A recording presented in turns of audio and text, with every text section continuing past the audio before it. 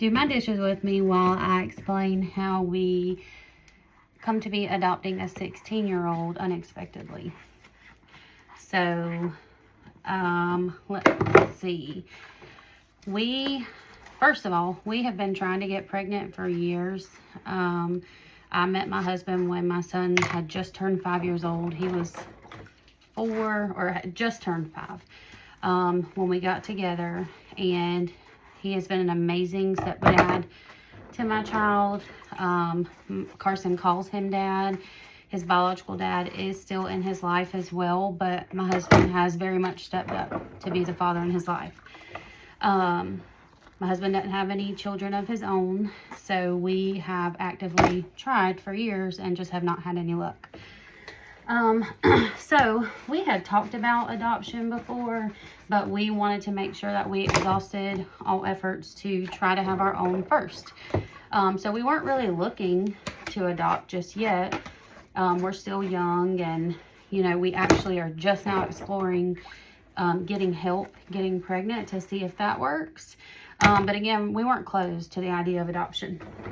So anyway, with that being said, my son has the biggest heart ever. He's always trying to help friends, and I love that about him. He's always been that way. Well, last year, it was October, and Carson had his friend Brian come over and spend the night. And after one night turned into, Friday night turned into Saturday night, and then Saturday night into Sunday, and then Sunday night came, and he wanted him to stay again. And I was like, well, it's a school night. His parents probably want him home, type of deal. And that led into the conversation of what Brian's home life currently looked like. I'm not going to go into all the details of that right now. That's not my place to share that.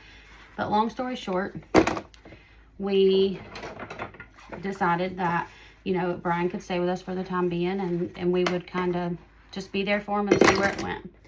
We didn't have any intention on adopting. We just knew he needed a safe place to go, and we didn't mind doing that. We had a spare bedroom. So that was that. Him and Carson had been friends since middle school. I think they actually met in elementary, but they played football together in middle school. And I'm very involved with Carson's friends. So I had heard Brian's name before. We had hung out with him before. I hadn't ever met his parents or anything like that.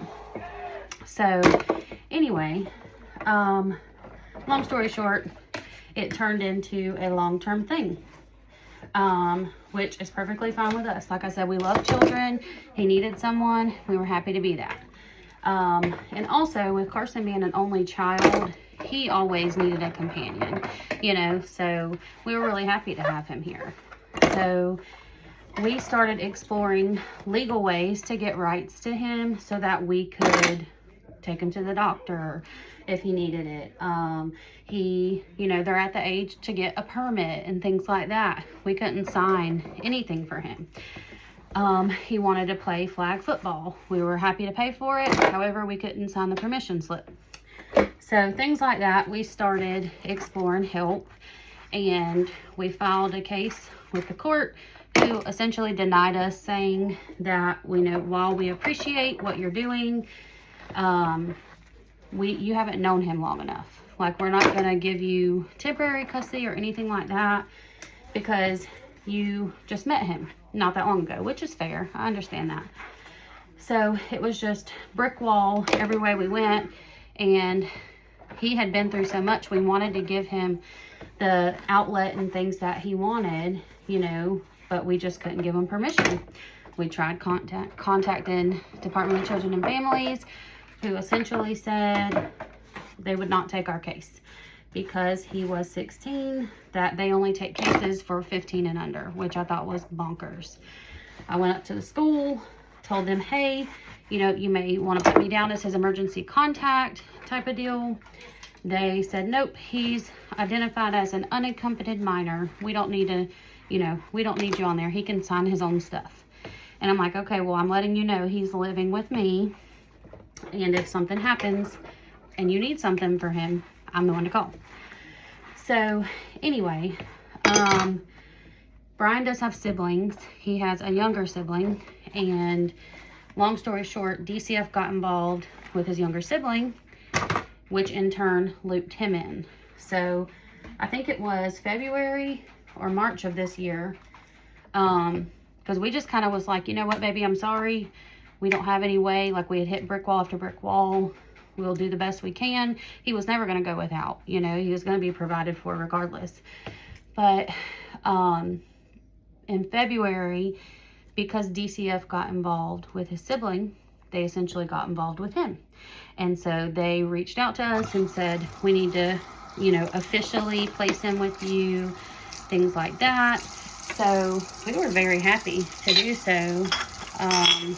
And that meant that we would have rights that we needed to sign things for him. So we went through with that, and I'll just tell you, it is a process. Like, we had no idea what to expect. We just knew we wanted to take the best care of them we could.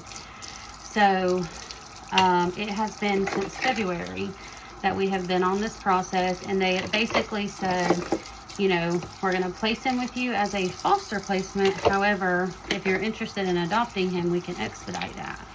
And we talked to him about it, and he was more than happy for us to do that. So we're like, yep, we'll do it. So anyway, that process has been a whole nother ordeal. We had to take parenting classes for 7 weeks. We have had to do multiple fingerprint and background checks, which I'm thankful for, because people, you know, that's necessary to make sure kids go into safe homes. We have had people come visit our home probably once a week, you know, coordinating all that with days off from work and things like that. And I would do it again, you know. Like I said, he's an amazing kid. We're happy to have him here. Him and Carson have such a great relationship. So, we have our last and final visit today, where we sign all of the paperwork that our adoption specialist basically said, like, you're going to be signing your life away and saying that you know, he's yours. So the only thing left after today is our court hearing next week, where the judge will officially sign off on it, and that will be it. We will have finished the adoption process. And after that, he gets a whole new birth certificate with myself and my husband on it. That way, anything he wants to do, like right now, he is about to be 17 next month, and he wants a tattoo really bad. A meaningful tattoo. It's tasteful, and we can't do that without a birth certificate. So we're super excited to be able to have full rights for everything, to just give him the best little life that he can have. And it's just been a blessing both ways.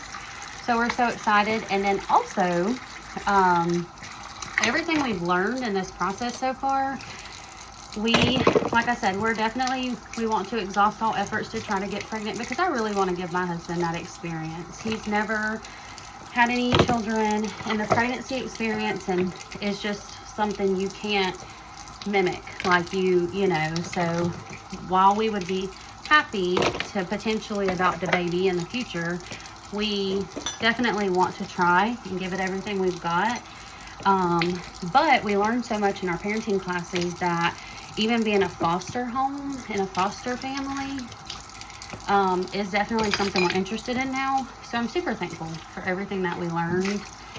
But yeah, so I'm on cloud 9 today.